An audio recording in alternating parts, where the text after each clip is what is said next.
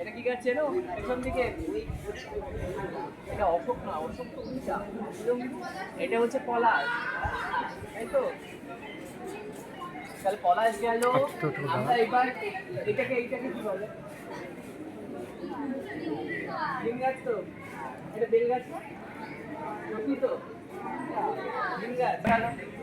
তাহলে এবার কোন কোন গাছগুলো আমি ঔষধি হিসেবে আমি বললাম সেইগুলোর গাছের নাম একটা লিখতে হবে, তার পাশে কি রোগ কি করা যায় আমাদের সেটা লিখে ফেলতে হবে।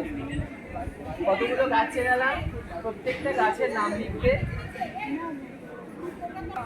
এটা অনেক বয়স নয় না, হাইব্রিড স্যার এখন সব কিছুই মানে কাটিং করে করে তৈরি করে। হ্যাঁ, আচ্ছা আরেকটা আছে যে ঝাউ, হ্যাঁ ওটা লাস্ট একটা ইয়ে দেখো।